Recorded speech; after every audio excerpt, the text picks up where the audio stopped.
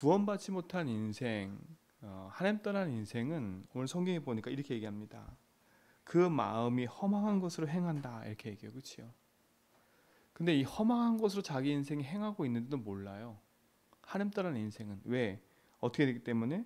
영적으로 무감각하기 때문에. 그렇잖아요. 그게 19절입니다. 감각이 없어요. 자신을 방탕과 방임의 더러운 곳에 욕심에 내어주는데도 불구하고 자기 인생이 재앙으로 가는데도 불구하고 몰라요.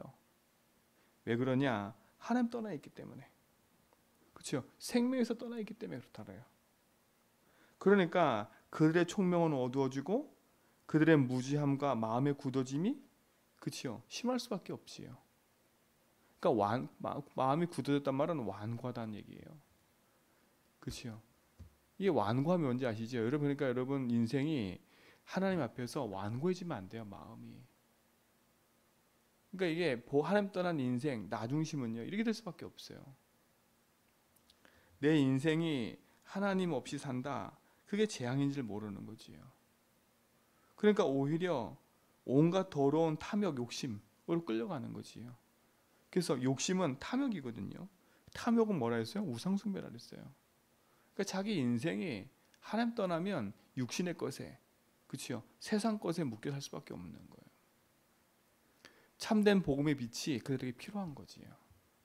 그러니까 어느 날 찾아온 인생의 영적 문제나 개인의 삶의 가문에 찾아오는 후대에 찾아오는 문제를 막을 수가 없는 겁니다.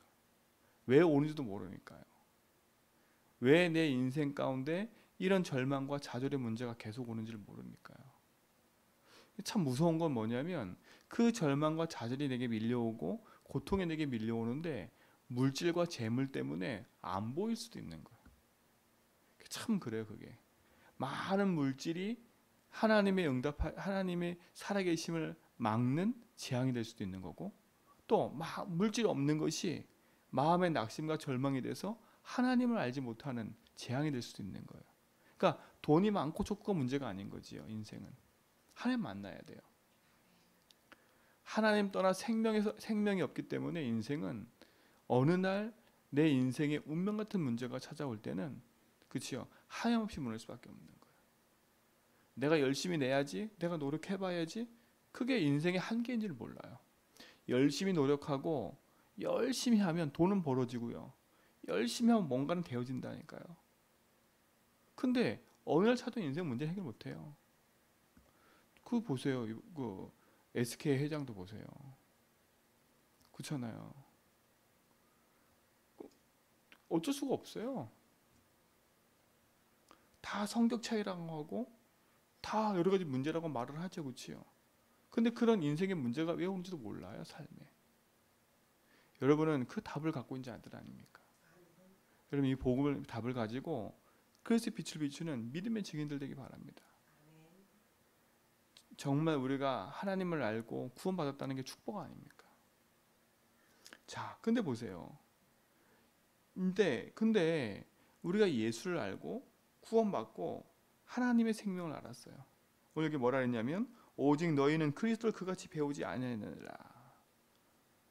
진리가 예수 안에 있는 것 같이 너희가 참으로 그에게서 듣고 또 그 안에서 가르침을 받았을진데. 그렇죠? 우리가 예수를 그리스도로 알고 참 진리가 그리스도만 알고 구원받고 생명을 얻었어요. 그렇죠? 그런데도 불구하고 왜 우리의 삶 속에 예수 믿고 구원받았는데도 왜 내 삶 속에는 불신자와 같은 똑같은 삶의 문제가 계속 찾아올까라는 삶의 고민을 하고 있는 사람이 많아요. 기도도 하고 헌신도 하고 다 하는데 그렇잖아요. 개인 삶 속에 찾은 영적 문제, 가문의 문제를 이길 수가 없는 것도. 왜 오는지를 몰라요. 그런데 오늘 성경 분명히 얘기하잖아요. 뭐라 그러냐. 22절에 보니까 너희는 유혹의 욕심을 따라 썩어져가는 구습을 따르는 옛사람을 버리고 그 옛사람을 버려야 돼요. 그렇죠? 구원 받아놓고 옛사람 그대로 살아가요. 생각하는 거, 판단하는 거, 말하는 거 다 옛사람. 그래놓고 내 성격이야. 이렇게 말한다니까. 나 원래 이렇게 살아왔어. 물론 제가 말하는 건 그 성격을 무시하자 이 말이 아니거든요. 근데 우리의 삶이요. 옛날 가졌던 그 체질 그대로 예수 믿고 있는 거야. 그러니까 보세요. 나 육신 성공이 안 바뀌고 세상에 가지고 있는 그 욕심과 세상 것에 살고 있는 내 삶의 방식이 안 바뀌는데, 그렇죠? 어떻게 하나님 주신 축복을 누릴 수 있겠어요? 분명히 그러잖아요. 유혹의 욕심을 따라 썩어지는 구습을 따르는 뭘 버리라고요? 옛사람을 버리라고요. 그러니까 사단은 지금도 끊임없이 우리 인생을 유혹하고 있는 거예요. 그렇잖아요. 어떻게 하면 구원받은 하나님 자녀가 하나님을 누리지 못하고 믿지 못하도록, 그렇죠? 세상 썩어져가는 구습, 세상 것의 인생에 목매어 살도록. 구원받은 여러분들은 세상의 기준을 가지고 사는 게 아니에요. 세상에 살지만 세상의 기준이 아니에요. 하나님 말씀이 기준이지. 그렇잖아요. 세상에 기준되어 있고 세상 것에 여러분 물들어 있는 부분들을 빨리 복음으로 바꾸셔야 돼요. 그렇죠? 바꿔야 된다니까. 썩어져가는 구습이 뭡니까? 그게 말했잖아. 예수 믿기 전에 있었던 그 옛 습관을 버려야 돼. 그러니까 그래서 우리 싸워야 된다니까. 우리가 오랫동안 각인되어 있는 창세기 3장에 각인되어 있는, 우리가 지금 계속 말했잖아요. 과거 운명에 사단이 놓은 망대를 뭐라고요? 바꿔야 된다고. 그게 옛사람이에요. 그 옛사람 속에 우리가 계속 살다 보면 구원 받아놓고도 불신자보다 못한 삶이 계속되는 거예요. 그렇잖아요. 계속될 수밖에 없어요. 불신자를 살려야 되는데 불신자의 종조태요. 불신자와 경쟁하고 불신자와 싸우고 이런 삶을 살아요. 불신자한테 삐지고, 그렇죠? 불신자한테 싸우고, 싸움 딱 그렇게 될 수밖에 없다니까 인생이요. 그러니까 구원받은 자가 하나님 생명을 누리고 내가 있는 곳에서 빛을 비춰서 가정을 살리고 또 업을 살리고 현장을 살려야 되는데 오히려 반대가 될 수밖에 없어요. 왜냐? 그럴 수밖에 없잖아요. 여러분 진짜 이번 한 주간에 내 삶 속에 있는 오래된 가문의 문제, 가정의 문제, 옛사람의 가지고 있는 내 과거의 운명, 사단 놓은 망대를 진짜 하나님 망대로 바꾸는 참된 기도를 시작하기 바랍니다. 그렇죠? 결국은 복음을 모르고 종교 생활하면 어느 날 인생은 허무해져 버려요. 허무해진다니까. 그렇잖아요. 예수 믿고도 인생의 마지막 허무해져요. 그리고 내 내세의 삶은요 어두워져요. 지옥은 안 가지만 내 삶이 지옥 같은 삶이 돼버리는 거야. 그럼 어떻게 합니까? 이 어려움이 후대에 전달돼요. 이게 반복되는 거지요. 여러분 이 운명의 덫에서 빠져나오셔야 돼. 그리고 여러분은 거기서 빠져나온 줄 믿습니다. 그러니까 자꾸 옛사람의 체질, 옛사람이 가지고 있는 그 습성과 그 습관을 복음 앞에, 복음 안에서 빛을 가지고 바꾸셔야 돼.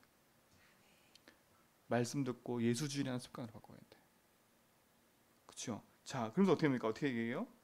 오직 너희는 심령이 새롭게 돼요. 심령을 새롭게 해야 돼. 여기서 말하는 심령은 뭘 말하냐면 하나님의 영, 그러니까 인간의 영과 마음을 말하는 거예요. 그러니까 인간의 영과 마음. 그건 뭐겠어요? 하나님의 영이 거하는, 우리 지금 계속 얘기했잖아요, 그렇지요? 그 여러분의 영과 마음이 바뀌어야 돼, 새롭게 바뀌어야 돼요. 새롭게 바뀐다는 말이 뭐겠어요? 그리스도 예수 안에서 하나님 자녀 됐는데, 그렇죠? 여전히 내가 주인 되어 있으면 내 심령은 바뀐 게 아니에요. 그냥 예수님 손님일 뿐이지. 그냥 예수님이 그냥 내가 기도할 때 뭘 들어주는 분으로 또 어떻게 바뀐 거예요? 우상처럼 바꿔버린 거 하나님. 그걸 바꿔야 돼요. 손님이 아니라 내 영과 마음의 주인이 되도록. 그렇죠? 성령에 의해서 우리 인생이 새롭게 됐지 않습니까? 그렇죠? 그래서 하나님이 주신 복음의 응답을 가지고 새 사람을 입어야 돼요. 고린도후서 5장 17절에는 우리가 새로운 피조물이라고 얘기했잖아요. 뭘로? 오직 그리스도로. 그렇죠? 참 진리이신 그리스도로 내 내적인 삶을 바꿔야 돼. 그렇죠? 내적인 삶을 바꾼다는 말은 내 안에 하나님의 망대를 세워야 된다는 거. 옛사람의 운명 같은 체질을 버리고 하나님의 영원한 망대를 내게 세워야 돼요. 성삼위 하나님이 내 인생의 주인 되는 망대를 세워야 돼요. 그렇죠? 의와 진리와 거룩함의 지으심을 받은 대로, 그렇죠? 새 사람을 입으라고 했어요. 우리는 그리스도의 의로 죄와 저주 가운데 살던 내 인생이, 그렇죠? 하나님이 우리를 의롭게 하심으로 말미암아 우리가 구원받았어요. 그렇죠? 재앙과 저주 가운데 살던 우리 인생이 참 진리이신 그리스도를 만남으로 우리 인생의 영원한 생명의 빛을 누리는 자로 우리가 회복된 거 아닙니까? 그렇죠?